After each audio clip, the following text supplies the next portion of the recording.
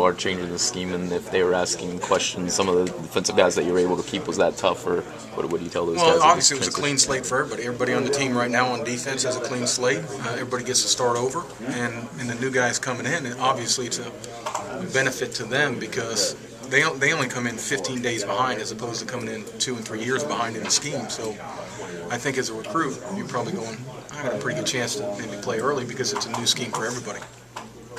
What is the scheme? Dana says, 3-4, it's a 4-3. A little bit of both. A little bit of both? Yep.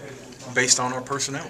We just got to figure out what we have and try to fit those pieces in the puzzle until we can recruit to what we eventually want to do, whatever that may be. It figures to be more of one than the other, though, during a season based on personnel? I think the 3-4 and the 4-3 is so small. The difference is so small you won't even be able to tell the difference.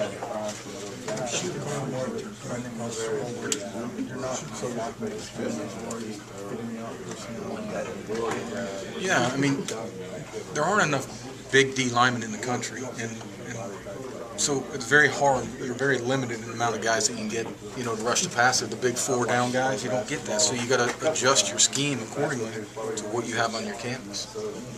Normally, is it harder to find 4 linebackers if you're going to go with a 3-4 than 2 guys to play in the middle? No, that it is to find a nose guard that can. It's a lot harder to find down guys. You can find big safeties that you move down, hybrid outside linebackers, and big linebackers you move to rush in. So there's a lot more flexibility there because there's so many more bodies of those type of kids, and that's what we're going to try to do. And speed's the name of the game. Going to the Big 12, it's all spread, it's all throw it, so you better have some speed on the field.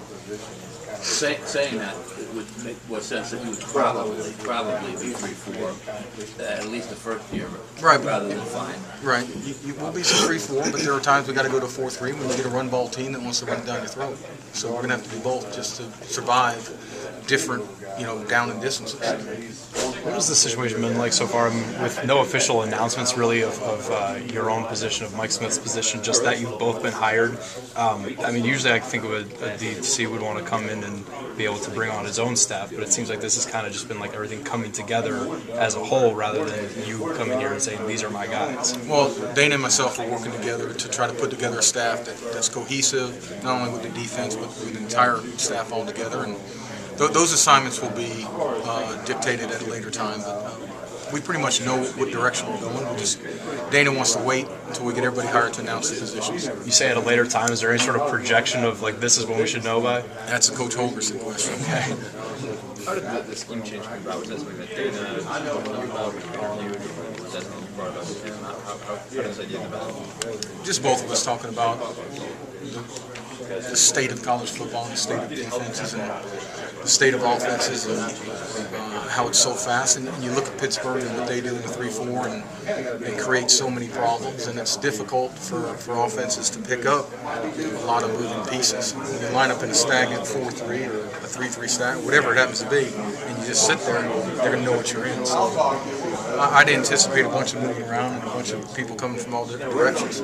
You mentioned 11 years at Oklahoma State. What is it that draws you here to Morgantown? An opportunity in my career that hopefully will advance me. Just talk about Dana Holgerson, how you've seen him develop these past few years. You spent only 1 year with him at Oklahoma State. Well, Dana and I have known each other for 12 years recruiting Houston. I've recruited Houston for 22 years, and I'm from Florida, so I have the Florida connection for recruiting. But him and I had the Houston area forever, and we developed a friendship, and eventually the time came, we got him hired at Oklahoma State. What he did for us at Oklahoma State was remarkable in 1 year. So it's a credit to him. And as I see him now, he's developed into a head coach and a leader. And it's been fun to watch the short time I've been around in that role. Is it true that you recommended him to Mike Gundy at Oklahoma State when that job came up? I told you that. I saw that on the paper and told us that, I believe. It's true. Okay.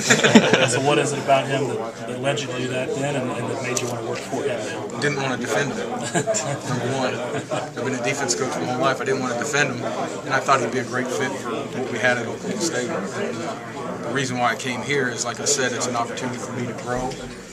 The reason why I stayed at Oklahoma State for 11 years is I promised my daughter I'd let her graduate from high school. and she graduated from high school, so I can go. How does the relationship change with someone when you've been friends, you know, drinking buddies or whatever? I hope.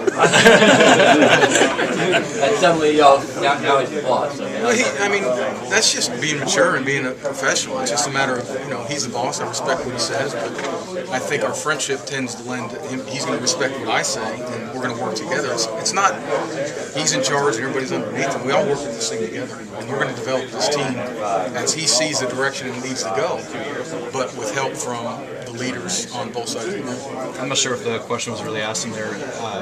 Is the recruiting class done for now, or are you still expecting that there may be some other guys? There could be some additions. There could be some additions. Since we have a couple left, there could be a guy pop up.